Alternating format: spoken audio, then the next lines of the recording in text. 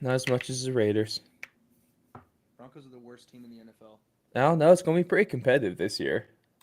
So, it is what it is. But we're live on Twitch and on YouTube. And we're going to have a lot of fun tonight. All right, here we go for my editing purposes to make it easier on myself. Five, four, three, two. You know what? I'll count that as you made it. Ladies and gentlemen, welcome to UFC Talk 88. We're on the precipice. I believe that's the word. I'm gonna try to be all fancy with my educational speak. This episode, apparently, I'll break out my thesaurus. But we're on the precipice. Wait, no. Actually, I think I'm stupid. Is that beginning or after? Before or after? You want me to look that up? Yeah, I think we need to real quick. We need to get started off. How do you even spell it? Precipice. A Yeah, very, or is that not right? Precipice? That's saying a very steep rock face or cliff. I don't believe that's what I'm talking about. Yeah, that seems incorrect.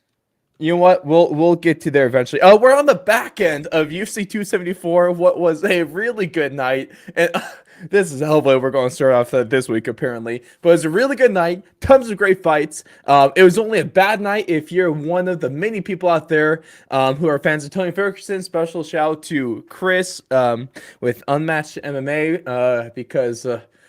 Our boy was on suicide watch for a couple hours. Luckily, he's okay. We've reached out to him. We've made contact. So everything's good in the Tony Ferguson world. But hey, if you're a Tony fan, just watch that first 5 minutes on repeat, and essentially you're going to have one of the best years of your life. Because Tony, look back until he didn't. But Blake, how are we feeling after a little bit of UFC 274 with a lot of action going down there? Feeling pretty good. I mean, I think that card really delivered on what everyone thought it was going to be like. I mean, we got some highlight reel KOs. We got some really good performances from certain individuals, and top to bottom, I think it was a really entertaining card. Minus, you know, that one stinky fight. Yeah, that one. Mm, You know, if you're a Michael Chandler fan like me, I'm not complaining either way because we got one of the most exciting fighters. And really, if we take a look at recent signings, Michael Chandler has been paying dividends to the UFC. He's been fantastic. Absolutely. I mean, it seems like every fight he's been in has been a barn burner. I mean, just go down the list. Gaethje, you got Oliveira, Dan Hooker, and then his most recent fight against Tony Ferguson, they've all resulted in finishes or fight of the year candidates. So three Right? finishes and a fight of the year candidate. It's either he gets dropped or someone gets dropped, or they both get dropped, or they both don't do a lot of dropping, but just swinging haymakers. There has not been one Michael Chandler fight in the UFC that we haven't been on the edge of our seats for essentially the entire fight. Yeah, I mean, absolutely. He's been the number one acquisition I would say so far. The only guy that might be able to come close is Patty Pimblett, but he's not getting the same electrifying KOs that Chandler has been getting, and Mhm. also been, I guess, kind of receiving. So great move Yeah, by the UFC, I would say. I'm really happy he's here, and I hope he has a few fights left, maybe 4 or 5 at the least. that would be Hopefully, awesome. Yeah, that'd be really good.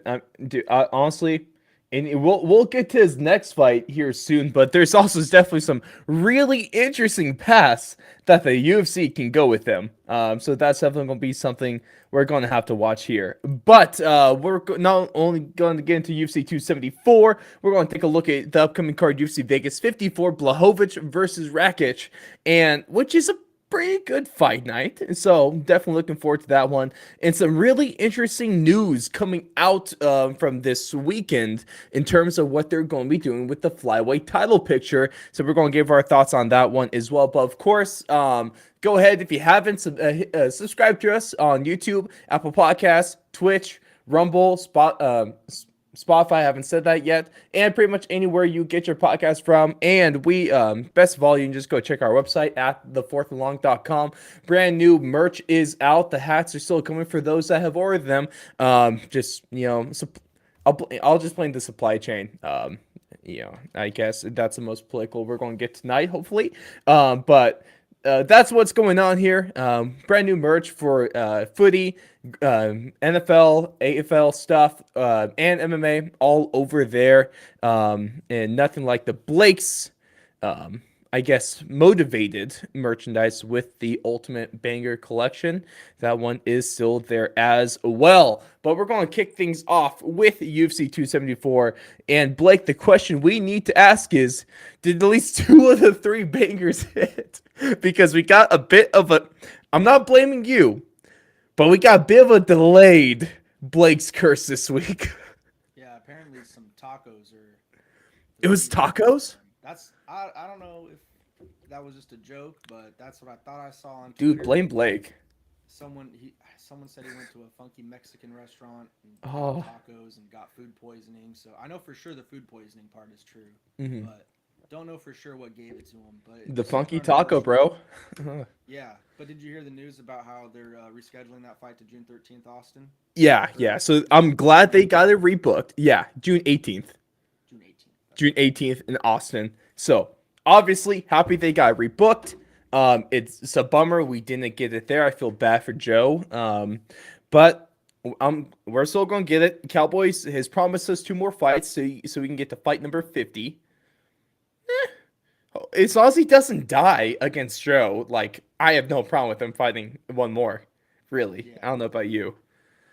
No, not at all. I mean, like you said, as long as he doesn't just look awful out there. As long as he doesn't pull like a Chuck Liddell in his last UFC fight, you know. Yeah. Bro, speaking of Chuck Liddell, that interaction between him and Tony was kind of sad. You got a drunk Chuck with a Tony just staring off, and then Chuck finished off with a pat to the back of the head as well. Not the best call on that one, but whatever. Oh, it's so good that, dude, just imagine the CTE rating from both of those guys at that moment. It's off the charts, probably. It's like a Geiger counter, with the little staticky noise you get close to radiation. Just unimaginable levels of that. I want that to be an invention. A Geiger counter for CTE. Become a doctor. That requires me going back to school. I want to. Besides the cowboy fight, Yeah. Besides that, well, let's talk positives. I would say the bangers definitely hit. Absolutely, Randy 2 for Brown 2. and Chaos Williams fight. It was pretty competitive, I would say. It was really close. Yeah, and I mean, I wouldn't say like a fight of the year candidate, obviously, but I thought it was an entertaining fight. Yeah, absolutely. And Chandler versus Ferguson, that was the first round, just incredible, very back and forth. I could see you giving it to Ferguson or Chandler, honestly, because it was really, really close, like that ground and pound. How would you score? Chandler. I scored it Chandler, but man, it was super super close. The only reason I was kind of giving the edge to Ferguson was just because he's dangerous off of his back, and he was kind of busting up Chandler a little bit, made him that's fair. Swell up. But they were both busted up after the first round, so it really could go either way. It was a super close round. Fun 5 minutes. And then the second round, we get the highlight reel KO. That's going to be played everywhere. For the next 2 years, at least. And then probably still be getting shown after that. So, awesome freaking fight. I would say 2 out of the 3 bangers hit. Front kick to the face. There's nothing like it. Disgusted in it right now. And let's hope that, I don't bring that energy this week. Let's hope all the fights stay on schedule. I'll keep my fingers crossed for all of our sakes. Just because apparently, Blake, I need to keep you in check, man. You're killing us. But I'll give you a little bit. We haven't had a curse for a while. I was going pretty good for a sec. There we go. Well, but now, of course, this is definitely Saturday where we got to break out the hashtag blame Blake. So any fight that falls through that was a part of a banger or is supposed to be part of a banger, just hit us up Twitter hashtag blame Blake.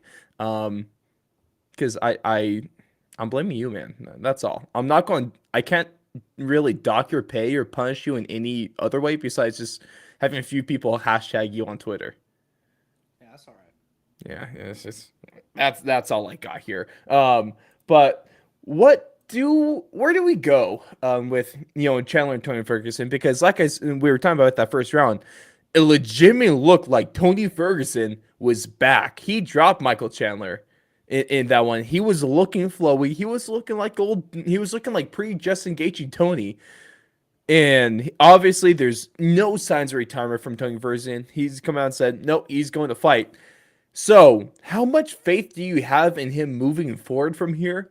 And where do you like to see him go next?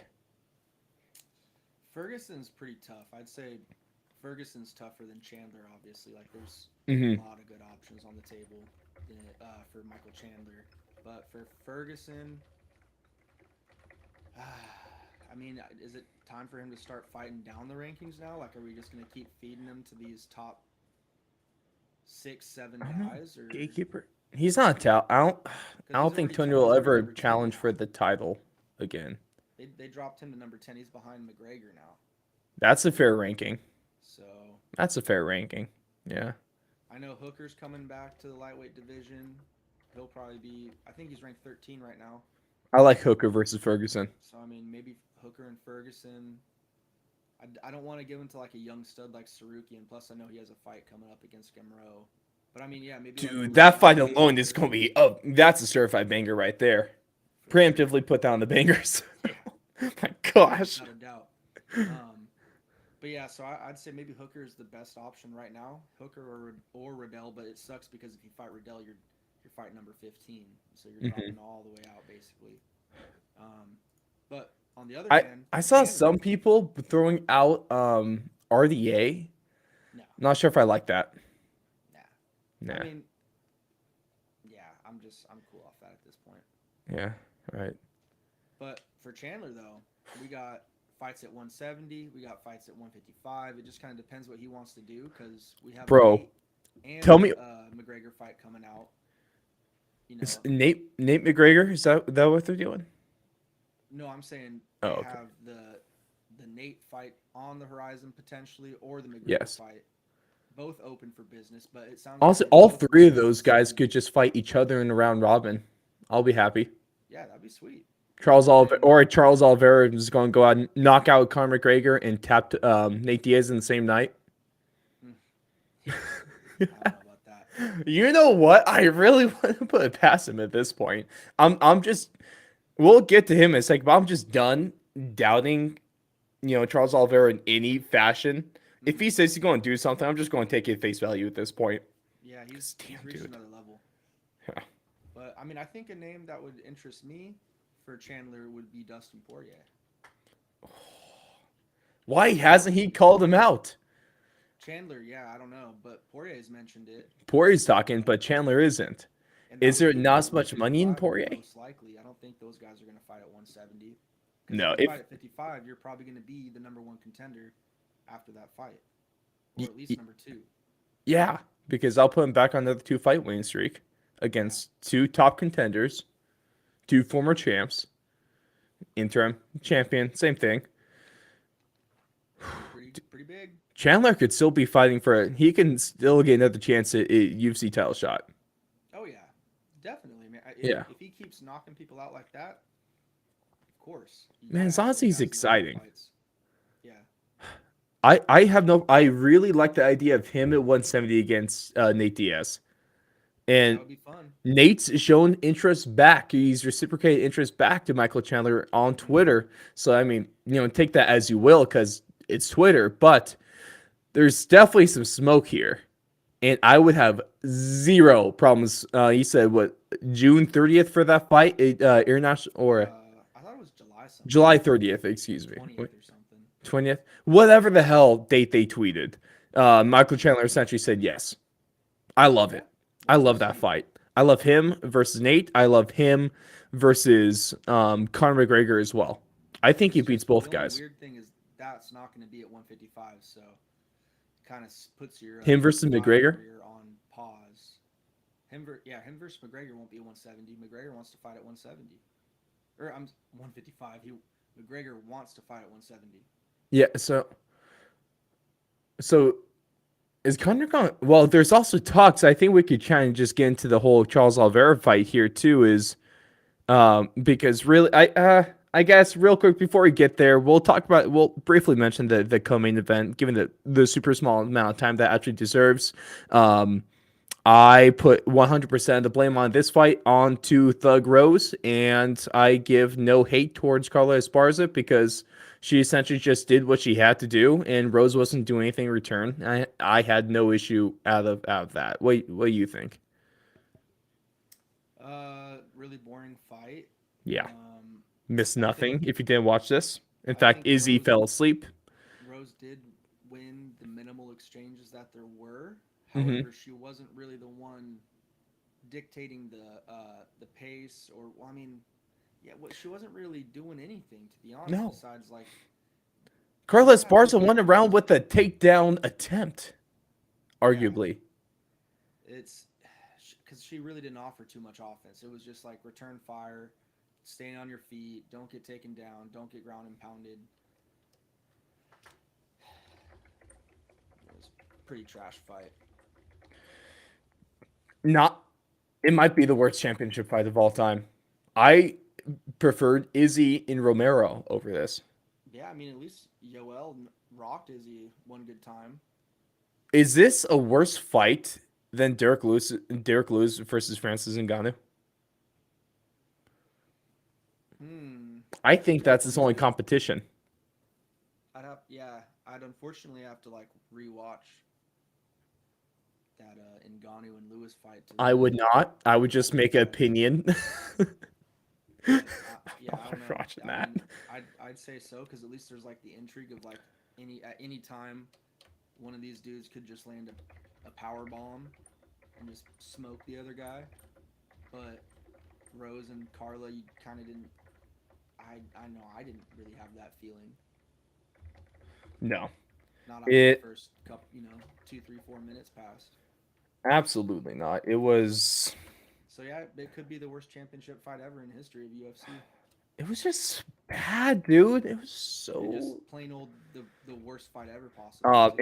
And also featuring some of the worst corner advice ever from Pat Barry, who's a certified moron. Dude, he said she was winning that fight, and he was happy with her output. Uh, when you have your coach right next to you, and Trevor Whitman, completely going against everything you just said, you're probably doing something wrong. Hmm. Pat Barry, dude, don't want, shout out Pat Barry too. But did you see Sean Strickland's Twitter? Yeah, Leading up to this, crazy. dude. Him and Paulo Costa were going nuts this week.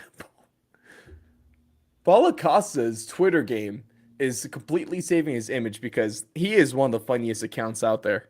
Is it him or is it someone else though? It has to be. I'm pretty sure it's him. He's he's something else. He's great.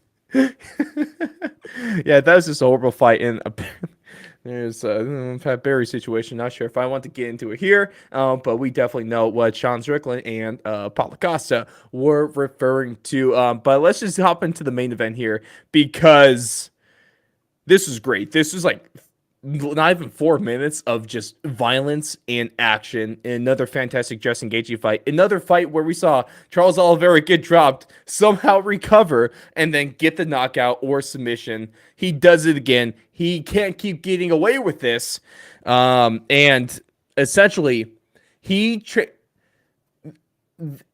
this is really interesting 2 days for Charles Oliveira because I feel within the span of 48 hours, his fighter stock and fandom was super high, went down to super low, then went all the way back up. It did you kind of notice that too? Yeah, I mean, anytime you miss weight, you're gonna receive some ridicule, and Hmm.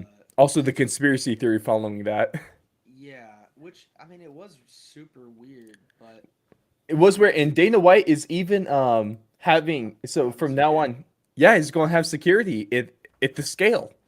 Yeah, but he missed weight. That's all that we know. We can't really have our tinfoil hats on and just make stuff up and It's play hard when play everyone like else makes weight.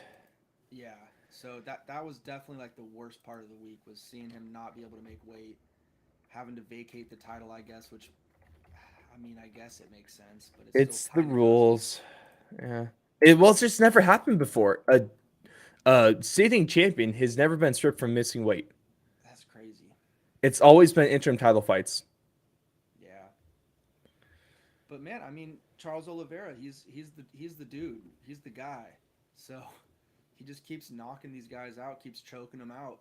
And I saw some crazy stat today about him Chandler, his fight with Chandler, Dustin Poirier, and Gaethje. I think it's all taken less than what 4 rounds to finish all three of those I guys. think it's a total of 18 minutes. Yeah. Yeah. So It's like 18 and that's a half minutes. that's nuts. So guys on Dude. another level right now. And before, I mean, just look at his win streak leading up to that. So he's that dude. Bro. And I almost feel bad, especially as a Justin Gaethje fan. Not gonna lie, I was a little bit disappointed with this fight. Uh, just be, it was a bummer seeing Justin Gaethje tap out once again in the title fight. I'm just not sure, man. Is Justin Gaethje always just gonna be that top? Is Justin Gaethje just gonna be like that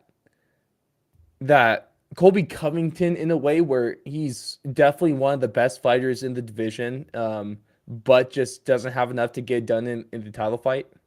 I'd say more like a Stephen Thompson, Mm, okay. but even on a smaller level because at least Thompson did he get a draw that one time? I can't remember against Woodley. I feel like he got a draw that one time. You think? All right. What we're gonna put our money on here? Tyron Woodley. Let's use our old friend Tapology, who sucks for my work trying to do UK regional stuff because they're kind of crappy. Keep you up to date with that. But you know it. Oh man, that's so tough. Just looking up his Tapology thing, just seeing 6 straight red lines. Oh Tyron Woodley. yeah, Yeah. yeah, and it was a majority decision draw against Stephen Thompson. Okay. Yeah, I'm closing That's this Tyron Woodley page. That's too much red. Oh damn, dude, yeah. that's Ridiculous. that's So yeah, tragic. I would say Gaethje would more likely be compared to a Stephen Thompson than a Colby Covington because Okay, Colby Covington was at least in like competitive fights he with was. Usman. It wasn't like it was just him getting tapped out all the time. I mean, he got TKO'd first one. Second one was, a really amazing fight. So I don't know. That's a good point. Do you think he'll ever get over the hump? Probably not with the current batch of lightweight contenders. Yeah, I don't see him beating Islam. I don't see him beating Oliveira. He's already lost to Dustin. Him versus Dariush would be interesting, but that's basically it. Yeah, Uh, I wouldn't mind the rematch, him and Dustin. wouldn't be terrible. No, not at all. In fact, I think it'd be pretty good. I think they'd both hate it though. They'd be like, "Damn, we gotta fight each other again." And then this is an interesting one. So obviously there's a lot of talk going into this fight. Now there's even more talk going after this fight, just because he's Charles Oliveira is setting crazy records when it comes to all-time UFC finishes, when it comes to wins, when it comes to submissions, and there's talk: is he going to be able to surpass Khabib as lightweight goat? Is that a realistic thing here to say that Oliveira does have the chance? And if so, what does he need to do to achieve it? Man, it's tough because he's already been exposed a few times. Hmm. I mean, Well, that's he been gets a exposed while every ago. fight. Yeah, so I really just think he has to keep winning and just keep winning and stack up all these wins. And at If he some beats point, I Islam, think people are gonna that's just be like, yeah, he's that guy. Especially if he can fight Islam and beat Islam. hmm I don't think that's the one that's gonna be able to take him over Habib's might take one GOAT more. status right now, but Yeah. maybe a few more. As long as he just keeps knocking out these top contenders and maybe eventually does some rematches and closes the chapter on those, then I think it's going to be undeniable at a certain point because the guy's record is just insane right now. I mean, Mhm. I think he has 33 wins now, and he's on a Yeah. hell of a streak right now in the lightweight division. Was that 11 wins now in a row? I think I'd have to check, Is but 10 or 11 off the it's in top of the my head 50s there. for sure. It's crazy what he's doing. And he definitely has an arguably better resume than Khabib does as well. In terms of opponents he's beaten, Yes. yeah, like I mean, he's beaten Tony. I want He's to see. beaten. I'll try to do this math later, but I want to see the combined record of UFC opponents that Charles beaten and that Khabib is beaten, Mhm. or at least winning percentage. Because you remember Khabib didn't have the strongest competition. I mean, he won his belt against Ally and Quinta. No disrespect to um, the greatest real estate agent of all time, but Ally Quinta, lightweight champion. I don't know, man. Yeah, was that for the vacant belt or for the interim? I think that was for the interim. It must have been for the vacant, or no, it must have been for the interim because then he fought McGregor right for the title. It's for a championship. Because remember, didn't McGregor lose his title too? McGregor got stripped. So he didn't even. So he was challenging for the title then. Yeah, So then it must have been for vacant. Oh well, who cares? vacant. Yeah, We it get it sidetracked easily. it was a title. It was a title, and that's really ultimately what matters there. So, what do you think next for Charles? Because he's called out, or he said that Islam should fight Dariush for the number one contender spot, and if he beats Dariush, he'll fight Islam. I like that move. I've been a proponent of Islam versus Dariush ever since Islam walked through what was it Green? Yeah, against Bobby Green, right?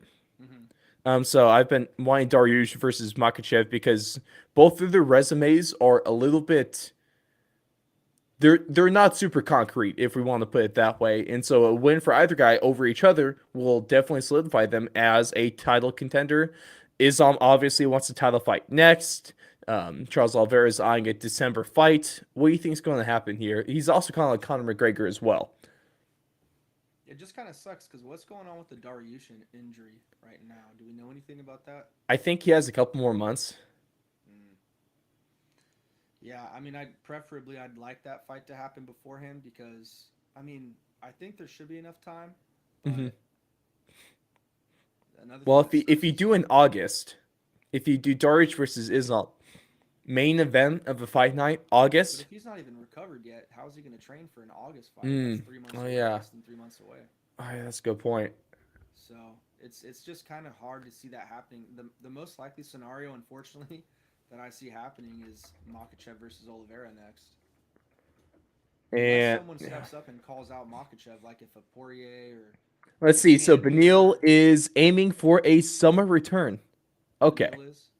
Okay. This is as of March 2nd by our boy Brett Okamoto, the GOAT, when it Mm-hmm. comes to MMA reporting. So he's avoiding surgery. And as of March 2nd, he should be able to return to action this summer.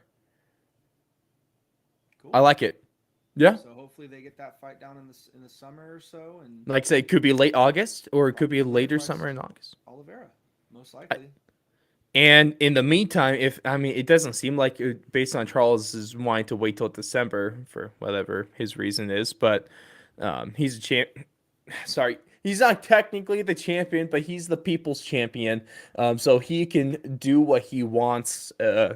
He's kind of earned that point. I I like the contender fight first. Honestly, the more I think about it, the less I hate him fighting Conor McGregor. I feel horrible for saying that, But but it's it's just just where not I going to am. happen. I don't think Connor's going to come down to 55. I don't think Conor can. I don't, can Conor even make weight anymore for 155. Not sure, but he would lose a lot of, I think, what he's been working on to be ready to go at 170 if he did that. So I don't know if that's something that he's interested in doing. But would Conor McGregor turn down the title shot? No. He's Conor McGregor, so I guess he can.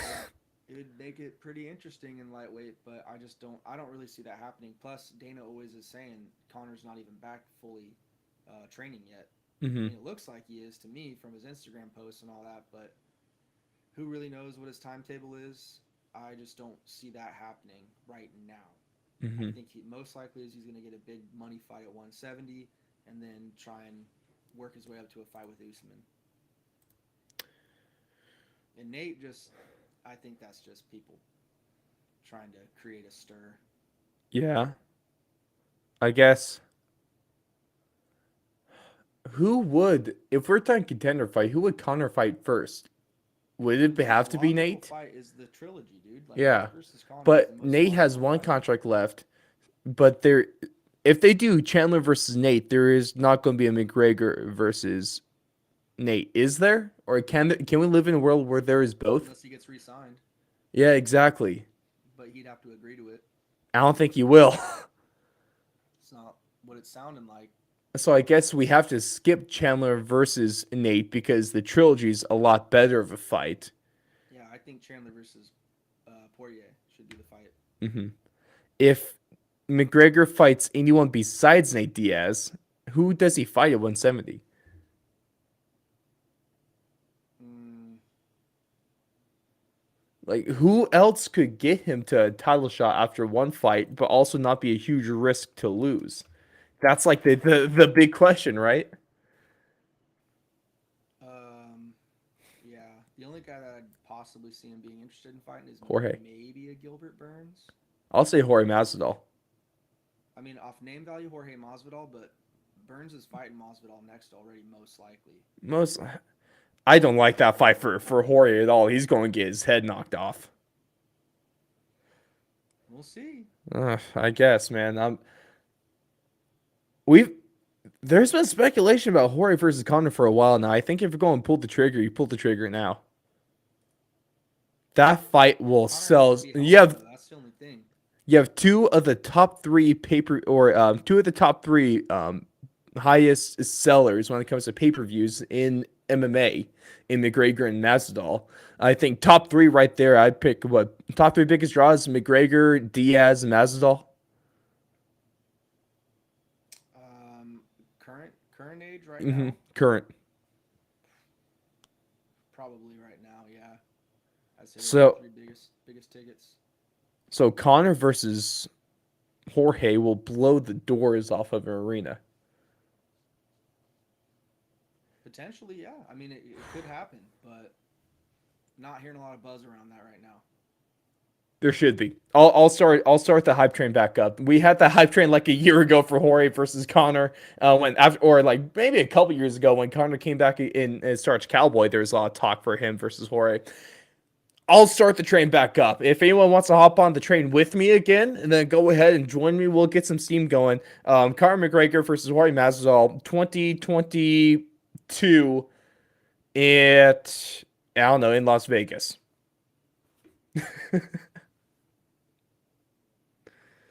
Or hell, Miami. Put it in Miami. Even though Jorge's not really the king of Miami anymore. Or did he take it back after jumping Colby? How's that work? Does he have his crown back?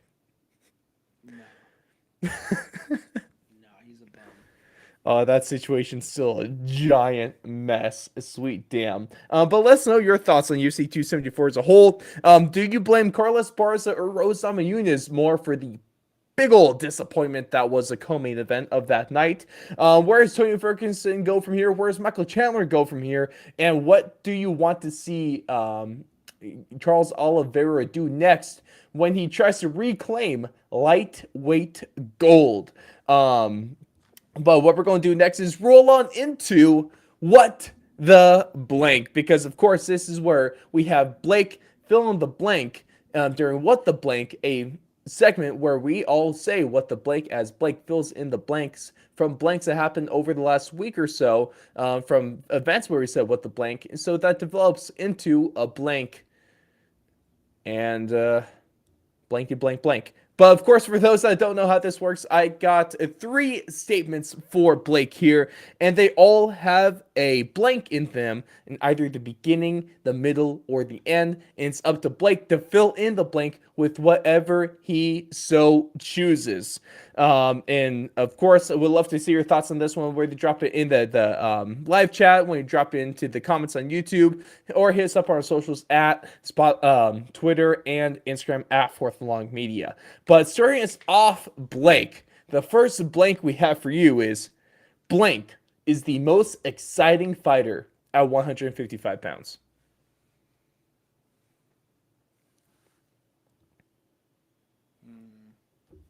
It used to be Gaethje, I think. Now I'm kind of leaning towards Chandler. Yeah, Because even when he loses, he's losing in pretty impressive fashion. So I'd pretty say much. probably my vote right now is for Chandler. It's probably between Chandler and Charles Oliveira right now, huh? If we had to put a top two, Yeah. because Charles Oliveira fights are ridiculous. They're so like up and down. It doesn't make sense. Yeah. That's a good point. It's definitely 1A, 1B almost, you know? But That's why their title fight was so good. yeah. You could really have an argument for putting Charles over Chandler. You absolutely can. So He I wins think more. one of those guys. Does winning make you more exciting? I guess that's a personal preference, huh? I think it's just the matter in which, or maybe just the moments you create, kind of. The moments you create. Chandler's created some crazy. Remember that kind of body slam against Justin Gaethje? Yeah. That that was a freaking moment right there. He's There an exciting fighter. there is moments. Each one of his four fights have had like a moment. They've had like a perfect picture you could take with them. Also, I love the speaking of pictures. I love the impression Tony Ferguson was doing. Remember when Cheeto front kicked uh excuse me, man. How am I blanking? Frankie Front Edgar. kick Frankie Yeager. Yeah, how they both kind of made the same face. Hmm. That was. Yeah, it's pretty gnarly. I don't want to take one of those, bro. They look so painful. Yeah, those are nuts. Also, the way Tony Ferguson, real quick, just the way Tony dropped, Yeah, at least he his looked forearm, dead. it looked like hit the ground first though a little bit. Cushion his head. Hmm. But yep, that's what happens. It's the fight game. No, that's just Tony Ferguson, man. He was just giving the mat. He was just giving the canvas the elbow, you know, in Tony Ferguson fashion. But man, that is an interesting one right there. It really could be either one. Would love to hear what you guys think. But statement number two, going back to the people's champion, the lightweight champion of the world, Charles Oliveira is top blank pound for pound. Probably say top 4. Top 4. Okay. Off the top of your head, you want to give us your pound for pound? I'll put you on the spot. Mine's pretty similar to UFC's. Probably as of right now, Usman, Volkanovski, Izzy, and then end it with Oliveira. That's exactly it. That's exactly the UFC season, with 5 being Francis Ngannou. Charles Oliveira moves up from 5 to 4. Francis Ngannou falling to 5, with Max Holloway sitting right out there at 6. That's still an interesting placement for them, but I don't know. I guess I had Piotr up high, but then him losing to Aljamain definitely hurt. But I like that. I think the UFC actually has a really solid consensus top 5 pound for pound. I guess really the only argument would be against Francis Ngannou, but top 4, it's really hard to argue that. You might be able to make the argument for Oliveira at 3, but Izzy wins cleaner. Mm-hmm. You think? Definitely. I think Izzy's still number 3 right now. Oliver is better in more things than Izzy is? Is that a controversial statement?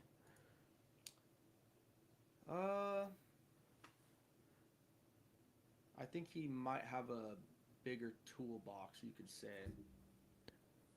But Izzy's just better at one thing. He's Well, just more effective, I would say. Like Izzy's way more effective at implementing his game plan so far. Like it seems like Oliveira's game plan is get hit to you know give out hits, Hmm. and he's also ooh yeah sorry my sound went out for a sec, Ooh, but oh, glad. God, we're not dealing with anything there. I know. Uh, but no, I mean he's also kind of making this faux 10 count where he goes on his back anytime he gets dropped and no one's following him, and I just don't think that's going to keep going like it has the That's past not few going to keep fights. Islam off of you. Yeah, like eventually that's going to catch up with you. People may be giving him too much credit from his back, Maybe. I don't know though, because if you go down there and get heel hooked, then you're going to be pissed off. But but he I think keeps it's something recovering. you're going to see someone. I mean, look at Kevin Lee when they fought Hmm. Michael. I mean, I guess not really Michael Chandler. He just kind of escaped. Paul Felder though landed some good stuff. So I You mean, mean the lineal lightweight champion of the world, Paul Felder? yeah. There's definitely a way I think it can be done to stay safe and maybe get some solid ground and pound. And actually, I do remember Chandler getting a little bit of ground and pound in there. Yeah. No, So I don't think he's invincible on the ground. It's just people have been giving him a lot of respect. So bigger toolbox. I don't think he's as effective, but that's not saying he's like way lower than Izzy. It's super close. exactly. I guess, man, it's just maybe it's better to be perceived as being really good at one thing than to actually be really good at one thing. I mean, either What you could works. say is maybe Izzy has better defense Mm, and all around. He has better all around defense, whereas Oliveira might have a more hmm. I don't want to say a necessarily better offense, but he has more tools in his toolbox. He can hmm. get you in submissions. He can get you knocking out. He can do Is whatever you he's want. really a kickboxer with maybe a little bit more time in there, but besides that, it's not like we're going to see Izzy out grapple someone, really. No, no. But I think also, he just has the defense to not get taken down. So I guess that's where it comes through. It's also hard to shoot on someone with the range in that Izzy does with his kicks and with his hands. It's mm, really hard to get in close enough to shoot on him. yeah. Ugh, that would be a scary thought. I definitely don't want to even think about what it'd be like trying to land take down Izzy. I'm catching a foot to the face in the instant. Sweet damn. I'd rather just stay away from that.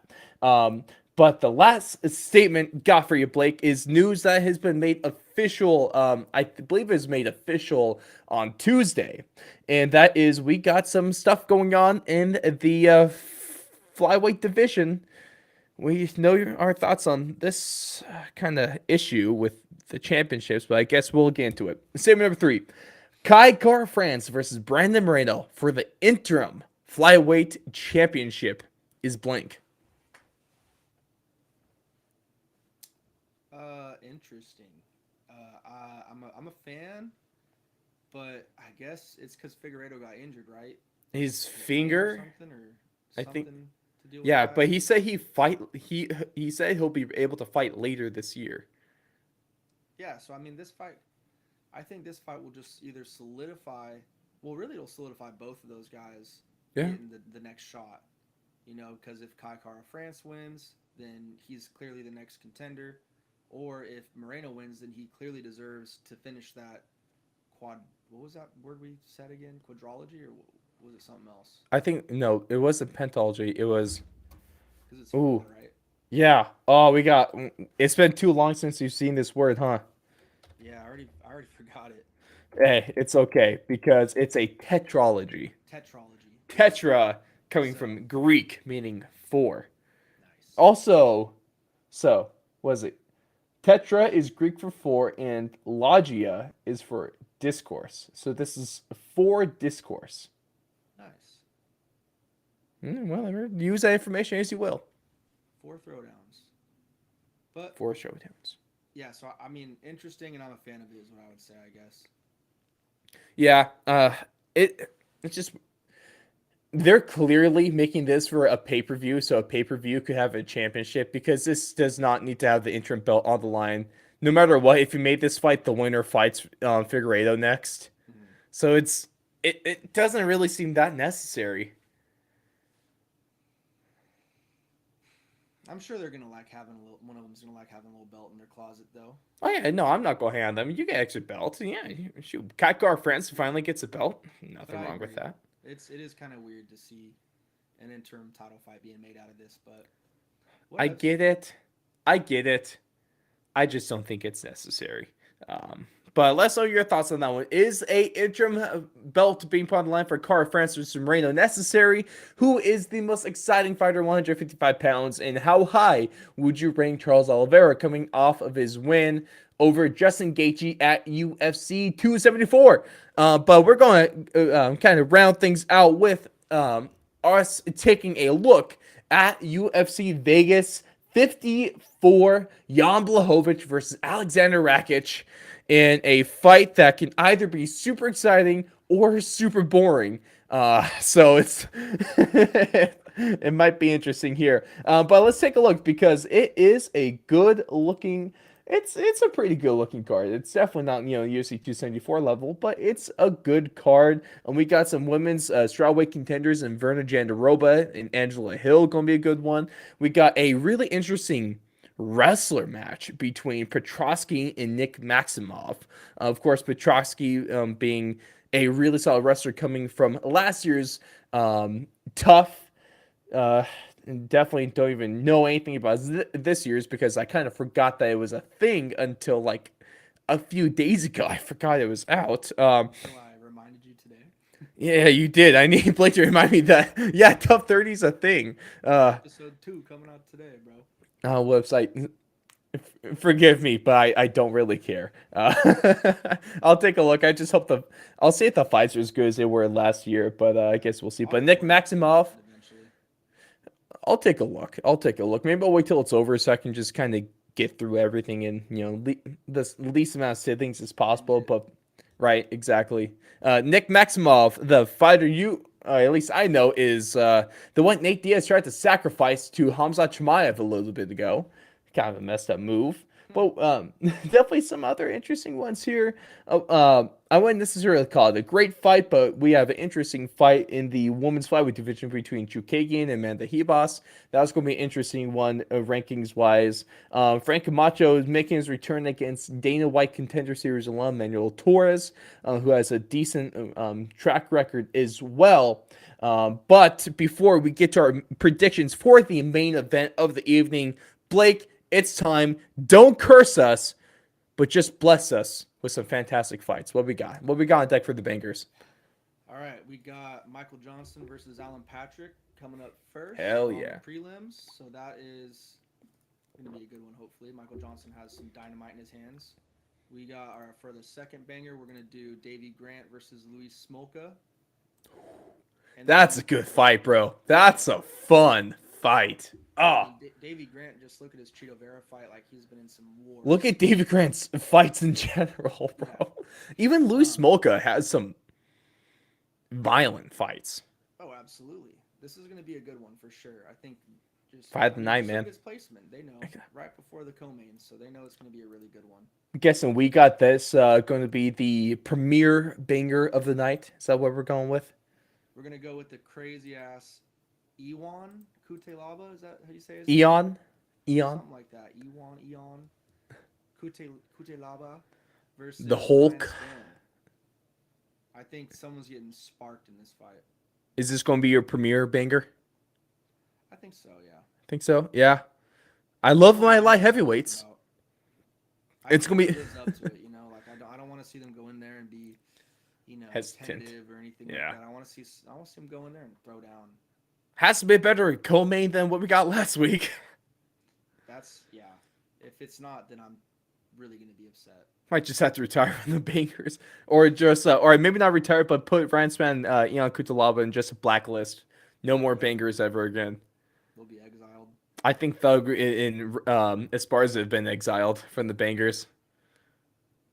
Pains me to say, but it might be true. And we'll just remember for that Austin fight not to include Cowboy and Big Joe there. Yeah, unfortunately. Hopefully they got some other good fights on that card. It sounds like it's going to be a good card. I mean, dude, Emmett and Cater, that's a good ass fight. Is that the main event for that? That's the main. Damn. Damn. Someone's probably getting knocked out. Yeah. Hopefully it's not our boy Josh Emmett. Shout out Team Alpha Male. Shout out Josh Emmett. I got It's gonna nothing be a against tough test. Calvin Gator, but hey, as long as Josh can land that overhand right, anything could happen. Yeah. No kidding. Just ask Michael Johnson. Yeah. No kidding. Oh my god. Ricardo Lamas. I mean, the list goes on and on. Well, he actually, he probably landed a couple times against Shane Burgos. What didn't he land in that fight? Yeah. Yeah, and then even his return against, his return fight, that he had, was, yeah, early against Dan Ige. First punch he threw was an overhand right that that rattled Dan Ige, Yeah. bro. That's a weapon. It's ridiculous. All right. So hopefully we can use that. But back to the main event for our card here: Jan Blachowicz versus Alexander Rakic. This is going to be an interesting one of two of the top light heavyweight contenders. Alexander Rakic putting together a pretty nice winning streak. Of course, his fights haven't necessarily been the most entertaining, but he has been winning in good fashion. This is, of course, Jan Blachowicz's first fight since losing his championship to Glover Teixeira back at UFC 267 in October. So it's about a 7th-month layoff here. What are you expecting out of this one from either guy? Hopefully a better fight Yeah. from Rakic. But other than that, I mean, Him versus Santos sucked. I'm kind of leaning towards Blachowicz on the 3rd round TKO. Ooh, I like that. This one's interesting with me because love the Twitter account MMA by the numbers. They're awesome with their stats. I think they put a stat here that Jan is like 9-2 when his opponent has attempted 2 or less takedowns, and then his record, I think it's a losing record when his opponents attempt 3 or more. Alexander Rakic attempts around 3.5 takedowns per 15 minutes. So the stats don't trend well for Jan Blachowicz in this kind of fight. But if Jan could make any fight exciting or any fighter exciting, it's going to be Alexander Rakic. And I definitely don't want to count out Jan because look at the times we have counted him out. He goes on a knockout streak and wins the light heavyweight championship of the world. Legendary Polish power. Dude, there's nothing like the legendary Polish power. So as long as the Polish power is there in action, it's going to be a tough night for Rakic. But hopefully Jan learned from his fight with Glover and works on that takedown defense. Yeah. Because it wasn't great. Yep, that'll be a big question to have answered in that fight. So What are prediction. you going with? Oh, I will take Jan in the decision. Okay. Going Jan on in the five. decision. I think Rakic is going to be able to neutralize him for most of the time, and I'm hoping that that Polish power is going to keep Rakic kind of on his heels and a little bit more weary to going for his main takedowns as he usually attempts. And so this might just be a fight where you got to grind out a little bit of a win. A bit of a styles clash in this one, I would say, but close decision win for Jan. But of course, I would have zero complaints if it goes your way with a 3rd round TKO. You said, in terms of doing what we want, yeah, 1st round TKO Jan Blachowicz. There you go. I have no problems with that. No problems at all. Let's know your thoughts on that one because this is kind of a tough one for me to call. Are you kind of there too? Like I've been going back and forth in my head on this one. Yeah, I'm just kind of hoping for a Jan win In any way. because he's more entertaining and I like him a little bit better. Well, That's also what I'm going because with. Jan Win might be able to set us up for Jan Blachowicz versus Yuri Prohaska. Yeah, and that would Power be against power. You got Czech power against the Polish power. I'm here for that. That's going to be a fun fight no matter who wins that one. Not saying that Glover is just going to get ran through by Yuri Prohaska, but I don't want to root against Glover, but I do think it's in the best interest of exciting championship fights for Yuri to win this. Especially, we don't want to see his high train get derailed as well. That's tough. Yeah, I would agree. Sorry, Glover. You got your championship, and you're a freaking legend, but it might be Yuri's time to take this one. But before we cap things off here, ladies and gentlemen, bring it back. I failed to bring it back the last time we had UFC Talk 87 last week, but we got the return of the Nene of the week, and especially because, Blake, we have such a prime candidate for this one, and I think we all know who it's going to be. It's going to be that one random chick that went famous for getting bulldozed off the octagon after the main event of UFC 274. Bro, you see the limp she was walking with coming back? Play stupid games, you win stupid prizes, right? I don't So, know. got what she deserved, in my opinion. Should push her harder. The the security guard should throw a little bit elbow in there, you know? Yeah, Him with the toe and you just maybe yeah, just like a front kick. like Charles Jourdain, just kind of front kick her off the stage. Oh, yeah, Spartan kick. Spartan kick. Yeah, that'd be sweet. Oh man, that was. I just want to know what you was trying to attempt there. Like, were you trying to get into the cage? Were you just trying to get close? Were you trying to be there for a couple seconds to run back? Like, honestly, Baby, dude. what's the goal? Gen Z baby. Are they? Explaining their actions? Are we just stupid? Because I think I'm technically Gen Z. Am I going to be grouped in with those people? I might have to quit. Damn. You freaking millennials. You and your avocado Ones that are toast. gonna save the world. Save the world? You can't even save yourself. I'm saving as much as I can. I'm trying to save up as much as I can too, man. Times are tough. The economy's hard. Yeah, screw the gas prices. So that's why you can help us by spending your hard-earned money on our merchandise. Is don't drive for a week. Yep. I don't know, man. I don't know. I don't blame you guys. Solid advice. I'm not greedy, but I want your money.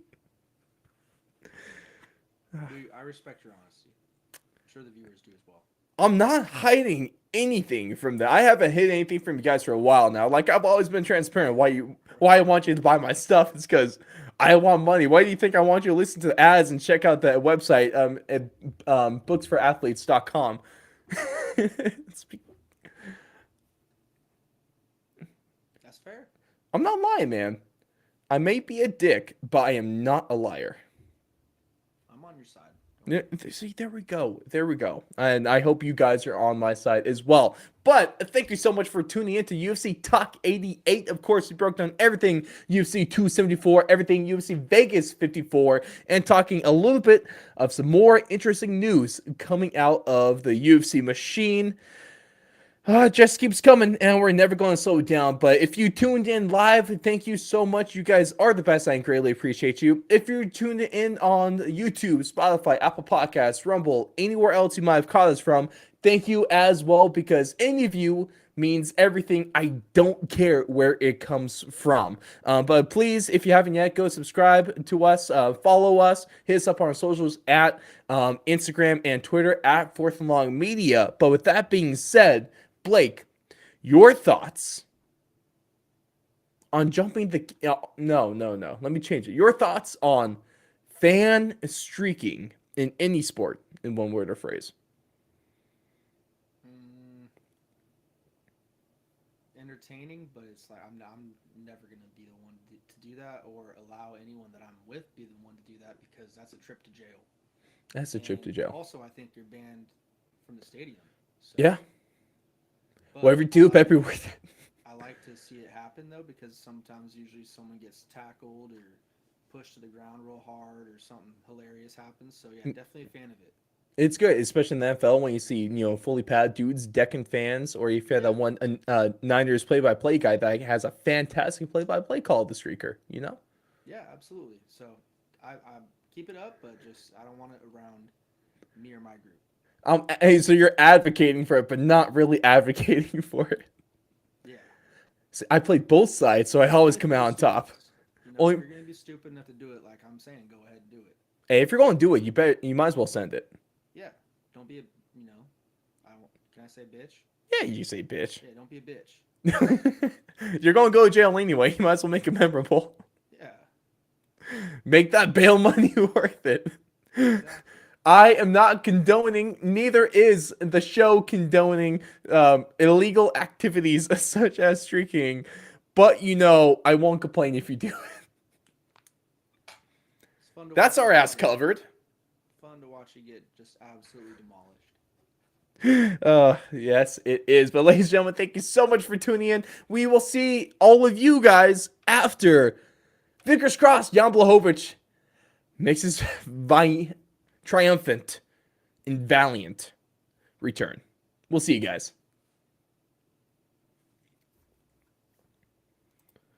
All right. Super Cancel. fucking cool, Cancel. cousin.